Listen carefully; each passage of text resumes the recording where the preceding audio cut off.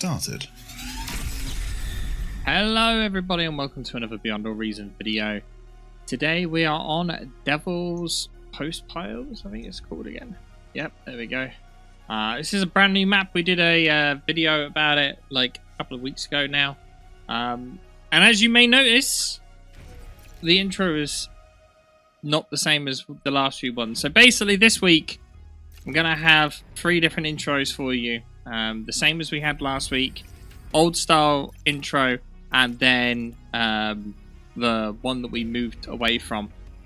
Let me know by the end of the week what you think is the best intro to these videos, and I'll try and endeavor to do that. Now, Jamerz here playing Armada surprisingly hasn't built a single metal extractor yet, and has managed to build off of everything he's gotten: a solar, a factory, a bunch of units, and 2 solars, 4 wind, a factory, and a bunch of stuff without a single max. And Purpleheart here actually has gone the 3 maxes and then into energy and then into comms. So yeah, Jamerz was able to build a lot before even building a single metal extractor, but is paying for that now. As you can see, he's massively stalled on metal and it's taken forever to build that metal extractor. Probably shouldn't have been greedy to go for that last solar.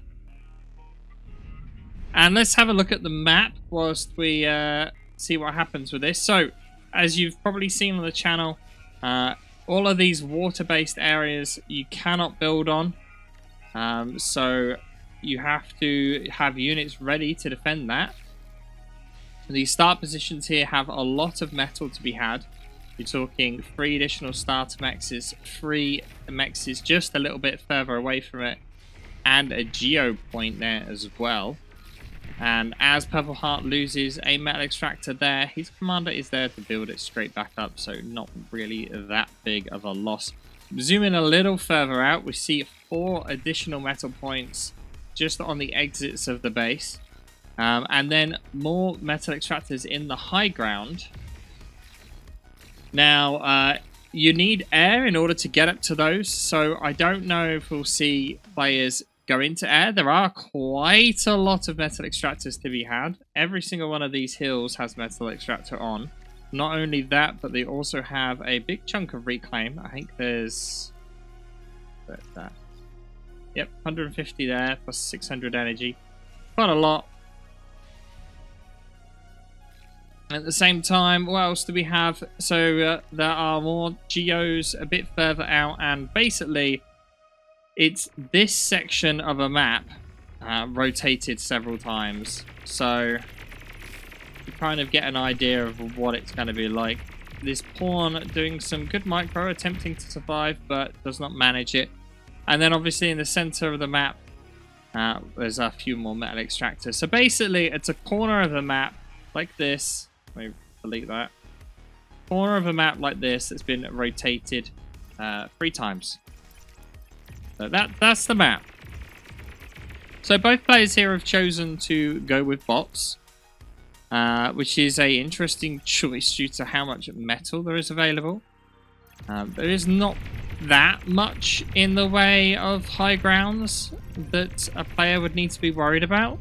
Jamerz hasn't really invested in anywhere enough units to defend this, and this grunt now is free to just roam around and get more damage. He's hoping to get the constructor, but I don't think he's going to be able to. Pawns are not going either, not going to defend against that grunt.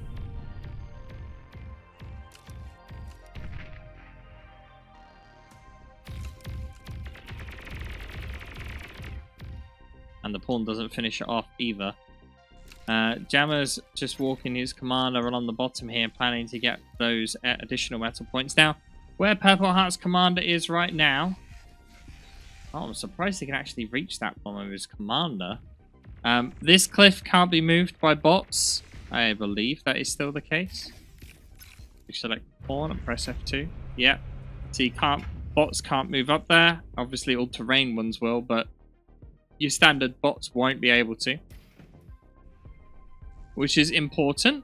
because it means once you've got on this section here, you don't really have to defend it that much.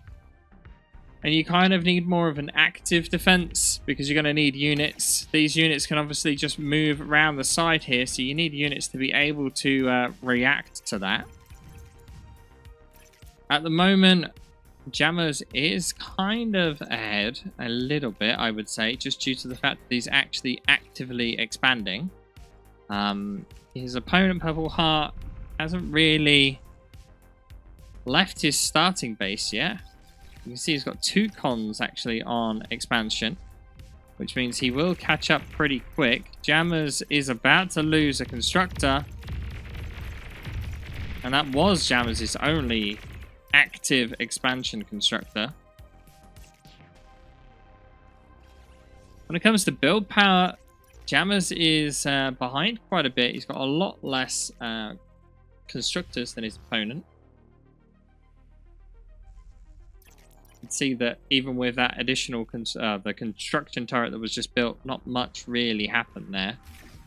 Just a constant stream of grunts coming out here by Purpleheart as he just slowly builds up his eco. He's got a res bot going around getting all the trees, and a single con building up wins that are within range of these construction turrets here in order to help. And you can see he's built another construction turret just in a line, still within range of that, but within range to assist the build power on getting the wins up.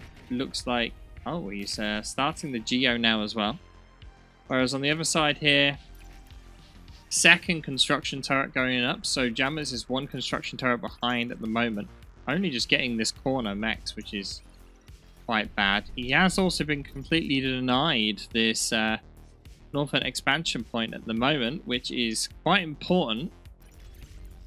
Purpleheart was in a very good position to push forward, but now has been lacking behind a bit. Also, a single LLT to defend this point isn't quite enough. These guys could run straight through that LLT pretty easily.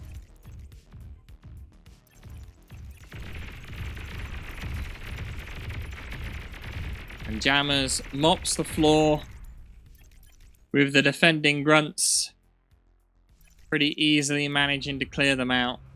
And now that's opened up the path, finally, for Jamerz to move. Jamerz could probably do with more cons expanding. A single con here, just pushing out, isn't really enough. That's a pawn wreck. I was hoping there might be the con wreck left, but no. I may kind of expect to see players maybe transition over to vehicles here. They've got the metal income at this point. They need the energy. And vehicles will be quicker on this kind of flat map. There's no real reason not to go, and they can go stouts and, you know, stouts and Janices from Jamerz. I could maybe see Purpleheart choosing not to go for them. Also, the fact that it's such a large flat map, vehicles will mean you'll be able to get around a lot quicker.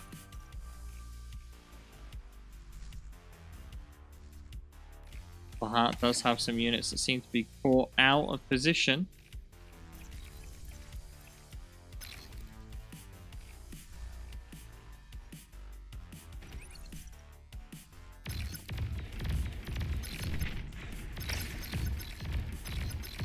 And you can just see that single LRT doesn't really do enough.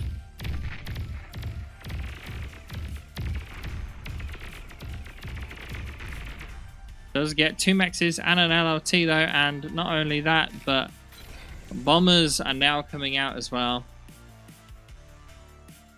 For Sir Jamerz, not Sir Jamerz, sorry, Purpleheart. They are coming for Sir Jamerz though. Air at the same time already being built by Jamerz here. We'll see if he builds fighters or is just going air cons. Actually going for air cons. Desperately could have used those fighters first, though, as the bombers are making their way across.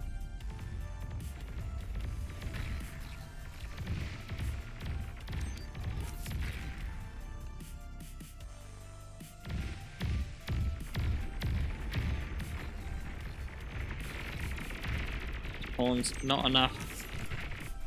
Bombers flying in. fighters rush to get out. I think they're going to quite cut it though. They arrive too late. Needs to be focusing on the Geo as the 4 other bombers just make their appearance. Plenty of AA now up though. They will still drop the bombs in time though. 4 wins.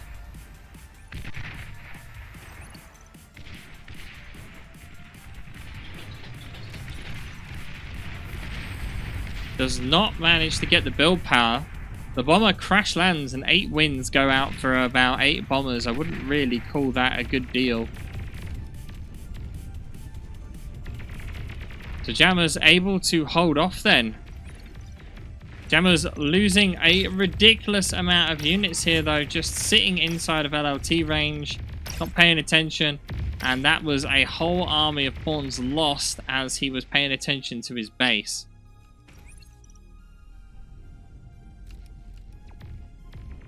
Now if Shuriken's out as well,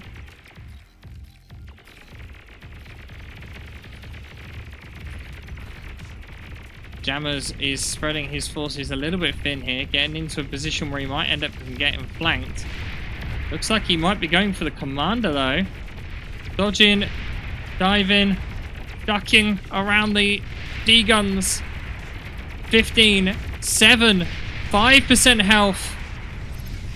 Purpleheart almost ends up dead, but luckily enough, just enough to hold on.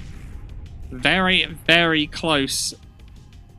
And now Sir Jamerz has an issue where he's basically sacrificed all of his pawns there to go in on that attack, and it did not pay off. Big aerial fight taking place over the center of the map as fighters just spread out.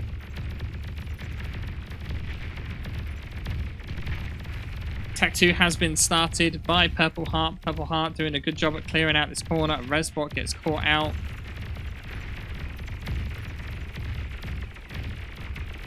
Now this is going to be a lot of metal that's been left down here in the corner now as we select Sir Jamerz's comm. Almost a K of metal. At the same time though, Purpleheart is building a good line of grunts along this top here. We'll be applying pressure. Gunships now coming out, but I think this is a bit too late for them. The commander is still 16% health, like it might work. There is AA and, you know, bot-based AA moving over there as well, so I think it's a little too late for that now. That ship has sailed. He's using it to target lone metal extractors though. That might work. Bit too big of an AoE has been built here for the reclaim. It's kind of delaying a lot of things here as he reclaims trees instead of the metal. But let's look at the stats. So economy wise, metal is second, Jamerz is currently in the lead. Energy is basically anyone's game. Build power only just advantage Purpleheart. Army value is currently advantage Jamerz, and so is metal produced, but there's only 2k metal in it, and now with Jamerz being Tech 2, that number is going to drop quite quickly. Getting all of the eco up to Tech 2 as quick as possible, and it's just kind of sit back now. Jamerz going Tech 2 Air. We'll see how that works out. Kind of makes sense in a way. You can get these higher area metal extractors upgraded to level 2. And they pretty much won't be harassed at all game. So they're very safe upgrades. But instead it looks like he's going fusion first. Putting all of his build power into fusion.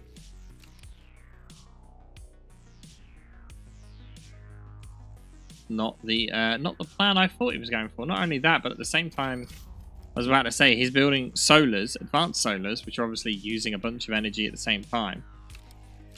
Actually eating his advanced solars here as well to get the metal back. Not the most efficient metal storage in the game, but you know, it is what it is. The advanced Geo being built by Purpleheart here will give him all of the energy he needs, but you know, risking your entire base there basically by having that built.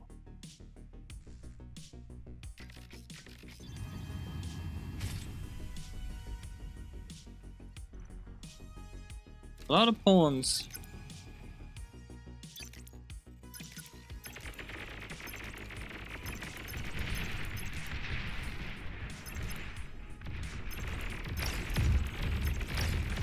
Oh, all of the LLTs plan to self-destruct. And that actually did a tremendous job. Took out pretty much the entirety of Jamer's army, leaving all but 4 pawns left alive. Now, he did double-click, basically, LLTs there. So he just double-clicked all of the LLTs he had in that area and then self-destructed them. Again, if you haven't seen it before on the channel, if you self-destruct certain units, LLTs being an example of them, they explode with a bigger effect. So another example of that is a Fiend, which is coming in right now. Self-destructing these units cause larger explosions than if they blow up normally, and that can be used just like we saw just then to good effect. Now this is a bit of a weirdly placed Tech 2 constructor there. And gets shot down instantly. A lot of reclaim to be had there. 600 metal. The bottom reclaim was secured. The Jamerz hasn't built this Geo at the forward position. Nor has Purpleheart. Surprised that we haven't seen Jamerz maybe build a factory here to apply pressure down on the bottom. Instead, he's focusing everything at the top instead. Air superiority, though, right now is in Purpleheart's favor. And these gunships that were built earlier on, all these 5 gunships, completely wasted. The Jamerz has completely transitioned to air, though, with no ground units left at all. Only now just building a bot lab. He desperately needs ground units. He's hoping that maybe the air can be won, but I don't know. He does have Tech 2 fighters. He can maybe win out, but he now has no fighters left to support these gunships as they make their way in. And this would have been a good time to have these gunships, actually, as Fiends walk their way into the base. Gunslingers here attempting to support. Jamerz Com is in a position he could move to D-gun, but meanwhile in the base of Purpleheart, gunships making their way in. They're probably going to try and focus down this AGO, which looks like they will be successful. All the gunships die, but take out a good chunk of the base. Actually, a single gunship survives, but not for long. Meanwhile, we see the normal Geo and some winds and stuff get killed by those Fiends, but not really that big a deal. Big damage inflicted by both players to each other here. I don't quite know who is in a stronger position. Probably still Purpleheart, I would argue.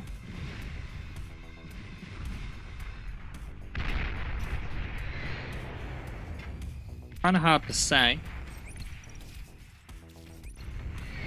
Jamerz didn't really lose much in that attack, but Purpleheart did lose quite a bit. Pretty much his entire energy production. You can see him desperately now trying to rush out solars in order to get energy back enough to maybe build a fusion, but don't know, he didn't lose his factory. He only lost 2 metal extractors. Could be worse. Whereas realistically, Jamerz didn't lose much. I'm surprised, though, he is going for the AGO here, not building a Prude. Reason being is he could build an AGO here and actually not cause, you know, much risk to himself. Air is currently free gain for him, though. due to Purpleheart losing his fighters, only having like ground-based AA units, this is the perfect time to just try and raid and do as much damage with air, but instead you can just see him building fighters, which, you know, at this point I don't know why he's building more fighters.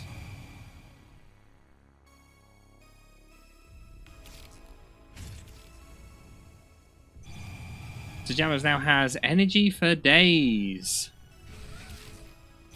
And is building up a good group of units up here. Still doesn't have the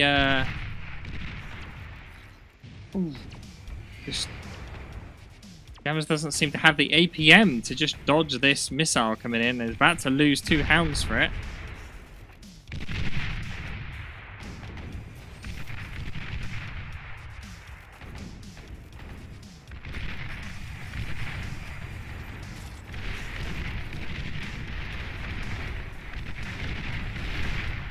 See, the problem for Purpleheart now is he has no energy.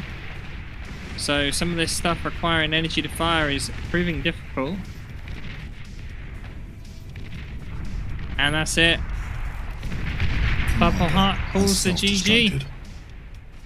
Battle ended. So, yeah, that gunship attack seemed to do enough damage that Purpleheart knew he wasn't going to come back from it.